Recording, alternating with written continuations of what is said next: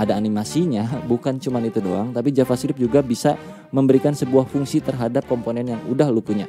Contoh, ketika HTML doang maka dia cuman kayak gini doang, kosong. Terus kalau di CSS itu jadi misalnya dia jadi pakai topi, terus jadi ada pedangnya misalnya kayak gitu ya ceritanya. Ya, gambaran juga gua kayak anak kecil bet ya. Kalau udah pakai JS, contohnya misalnya jadi kayak gitu. Oke, berjumpa lagi dengan gua di Konsep Book Day Afrizal, dan di video kali ini kita akan berbagi paham seputar pengembangan sebuah website. Terlebih buat kalian yang kemarin kalau gua lagi live stream live coding untuk bikin sebuah sistem web gitu ya, front end, back end, full stack digabungin di satu win plus juga database, terus di server di deploy ke server dan segala macamnya. Jadi di video kali ini gue bakal coba untuk khusus buat kalian yang belum pernah ngoding dan pengen membuat website dari nol tanpa punya background dari IT, ngoding ataupun bootcamp, lulusan les mana gitu, sekolah informatika dan kawan-kawannya. Itu harus mulai dari mana aja. Yang pertama, untuk mengembangkan sebuah website udah pasti jelas kita tuh butuh satu hal yang namanya HTML ya bro. Jadi HTML ini itu sebenarnya tuh bukan bahasa pemrograman, tapi lebih ke format dokumen ya, format dokumen yang mana kalau kalian cek sendiri di berbagai macam website pasti ada yang namanya kayak index.html gitu loh. Nah HTML-nya ini tuh jadi extension file di dalam komputer lu. Contoh kalau lu bikin sebuah teks di Notepad terus lu save kan jadi filenya namanya kayak file 1.txt gitu ya. Nah kalau di dalam sebuah website itu nanti lu bikinnya sorry ya tulisan gua kalau jelek. Nah index.html ini kalau kalian masukkan ke sebuah server maka nanti akan terbukanya itu adalah ya format yang kalian bikin. Contoh formatnya misalnya seperti ini nih contohnya ya. Di dalam index.html itu ada HTML, ini elemen HTML nih, contoh kurang lebih codingannya kayak gini ya. Dan di sini ditutup HTML. Nah di dalam HTML itu sendiri terkandung atau mengandung minimal 2, yaitu head dan juga body seperti ini. Oke. Body. Nah di dalam dunia coding ya, mau web mau apapun biasanya mainannya itu blok-blokan. Disebut blok itu apa? Disebut blok itu belepotan banget ya. Kesejajaran dari si codingannya atau buka tutupnya, kurang lebih kayak gini. Ketika kita ngedeclare atau kita bikin codingan HTML terus ada tutupnya seperti ini, maka ini pasti ada lawannya nih. Lawannya di sini. Nah, yang head itu lawannya di mana? Lawannya di sini ya. Ini lawannya di sini. Jadi ini tuh blok-blokan. Blok 1 HTML yang mana format dari sebuah index.html-nya itu adalah HTML. Di HTML itu mengandung 2 minimal head untuk kebutuhan metadata si websitenya, atau gue coba pakai bahasa yang tidak terlalu aneh-aneh ya. Metadatanya itu kayak semacam untuk kebutuhan mesin pencari di browser supaya bisa nyari websitenya lah, atau judul di browsernya lah, kayak gitu-gitu itu di dalam head ya. Nah di dalam body adalah codingan kita. Nah disinilah saatnya kita mengcoding gitu loh. Jadi kalau mau bikin website sebenarnya sederhana. Lu bikin aja di di desktop lu sekarang ya, kasih nama satu file ya, bikin satu file namanya index.html gitu loh. Terus di dalamnya lu coding aja kayak gini. Terus ntar lu coding di dalam bagian body sini itu yang bakal muncul ke bagian browser gitu. Jadi kalau ada browser seperti ini ya, ini adalah index.html atau index.html. Ini akan ada bagian misalnya, biasanya yang paling atas tuh disebutnya navbar. Terus di sini biasanya ada gambar misalnya kayak gini ya. Ini disebutnya card misalnya. Card. Terus di sini ada satu lagi gambar yang bisa diklik ke kiri ke kanan gitu loh. Ini disebutnya carousel ya. Carousel, slider, atau apapun itu disebutnya, terserah, tapi intinya biasanya carousel atau slider. Terus di bagian bawah ada seperti ini, mad with love, kayak gini. Ini bisa disebutnya footer. Oke. Nah, yang ada di sini itu dinamakan kayak semacam komponen. Kalau di gua ya, di pemikiran gua atau di sepemahaman gua ini disebutnya adalah komponen. Card itu komponen, carousel itu komponen, slider komponen, footer komponen. Jadi di dalam satu indeks HTML ya bro, di dalam satu indeks HTML itu mengandung banyak komponen. Sini komponen sampai terciptalah sebuah file indeks HTML yang utuh, yang isinya adalah komponen-komponen atau elemen-elemen HTML, kurang lebih kayak gitu. Nah ini adalah komponen navbar tadi ya. Ini ada komponen card yang mana di dalam komponen ini terdiri dari berbagai macam elemen. Oke? Gimana kalau buat yang belum pernah ngoding, ini pusing nggak segini gitu kurang lebih. Kita ulang lagi gambarnya ya biar nggak pusing ya. Ini adalah indeks HTML, oke? HTML ya. Ini adalah bagian home gitu-gitu kan, seperti biasa. Ini login. Yang mana ini disebutnya adalah login sih. Nah, ini disebutnya adalah navbar biasanya kan, navigation bar. Nah, navbar ini tuh komponen. Tapi di dalam navbar itu ada apa? Elemen gitu. Ya. Jadi, kalau diruntun lagi, indeks HTML itu punya banyak komponen, ya. Komponen itu punya banyak elemen. Elemen itu apa? Elemen itu bawaan dari HTML-nya. Contoh misalnya P kayak gini, paragraf. Terus di sini div atau bungkusan gitu. Terus di sini I atau italic supaya hurufnya miring. Di sini U underline supaya hurufnya jadi ada garis bawahnya. Di sini misalnya tabel supaya kita membuat sebuah tabel kayak gitu-gitu. Ini adalah elemen-elemen HTML ya. Tag atau elemen, gue nggak tahu deh bedanya tag sama elemen. Tapi intinya kalau menurut gue sih kayaknya elemen. Nah, kalau kita di dalam satu komponen ini mengandung banyak elemen, ya udah jelas itu komponen yang utuh gitu, enak. Kayak navbar itu kan ada teks ya, ada P-nya misalnya, ada UL, ada li, ada A, ada link, ada apa di dalam sini ya. Nah, itu disebutnya komponen. Ya, intinya kalian udah ngerti ya, masalah si website itu ada banyak komponen dan ada banyak elemen di dalam satu file. Nah, yang berikutnya yang mesti kalian ketahui adalah mungkin kalau pertama kali belajar ngoding ya atau mau bikin website, udah pasti text editor ya. Text editor. Text editor itu apa? Nah, buat yang belum pernah ngoding, kita itu ngoding di mana? Nah, itu disebutnya itu text editor gitu ya. Text editor itu untuk apa? Untuk kita pakai ngetik-ketik sintaksnya seperti yang tadi. Misalnya gue mau ngetik P, hello gitu ya. Hello P gini misalnya ya. Nah, si ini kita coding di dalam sebuah text editor, yang mana text editor itu ada banyak ya, kayak semacam software gitulah. Salah satunya yang kita pakai, yang biasa gua pakai adalah Visual Studio Code ya, atau biasa disebut VS Code. Atau lu juga bisa pakai yang namanya Notepad doang pun bisa, tapi kalau lebih enak pakai Notepad++ misalnya, atau pakai Sublime Text bisa ya. Sublime Text dan kawan-kawan text editor lainnya lu bisa cek sendiri di Google, itu banyak banget.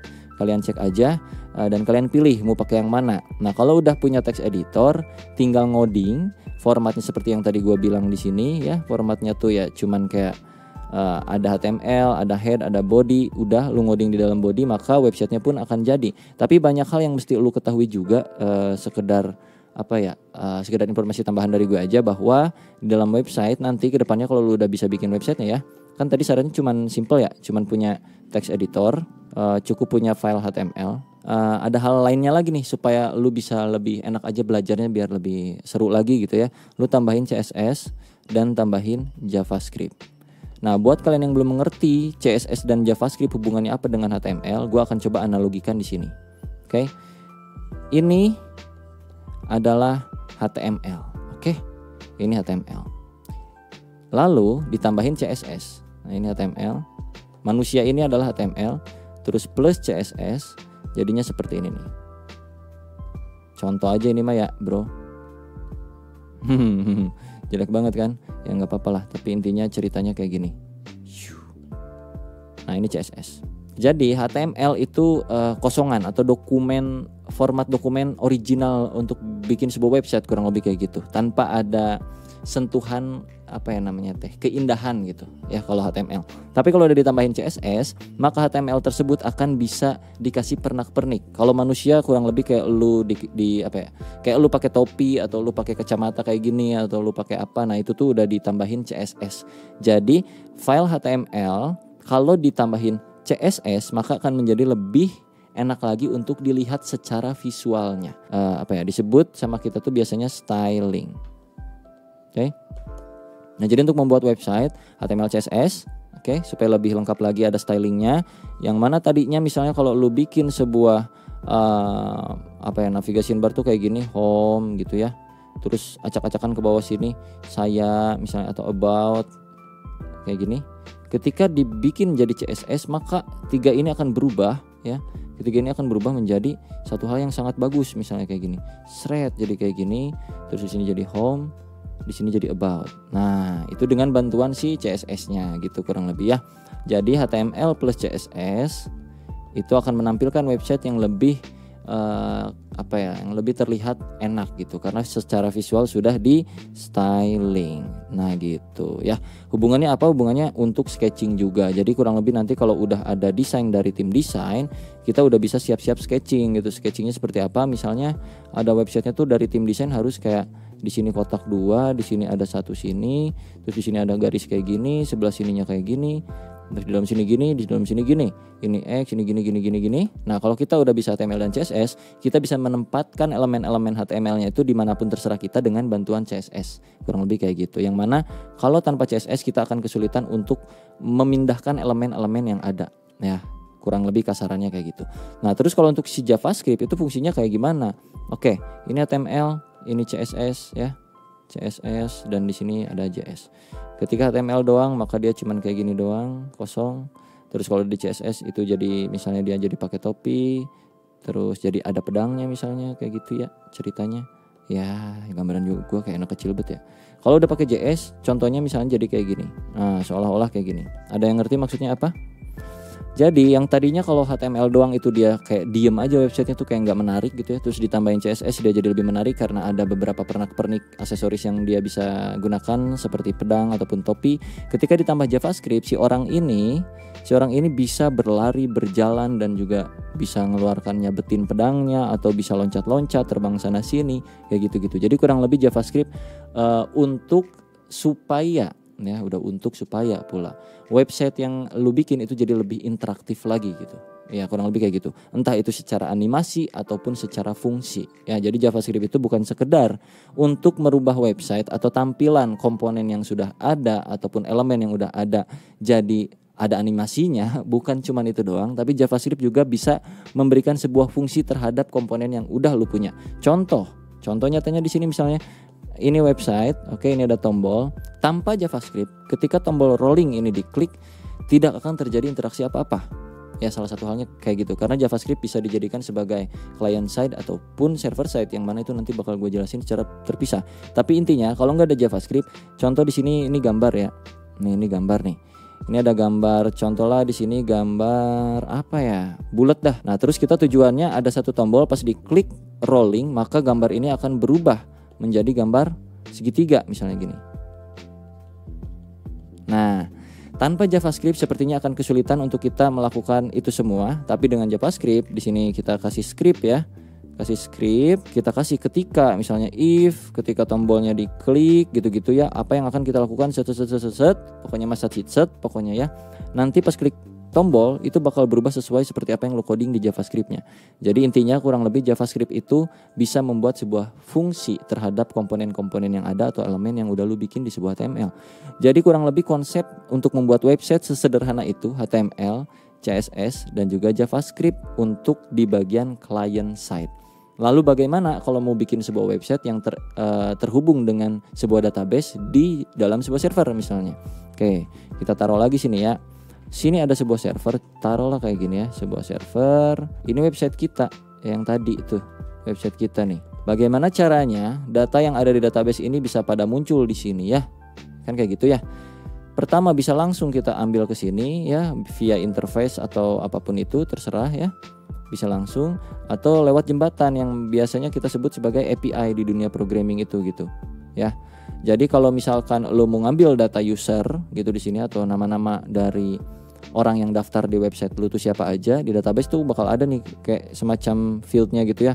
Ada si Joe, misalnya ada Teddy, di sini tuh ada nama-nama daftar banyak.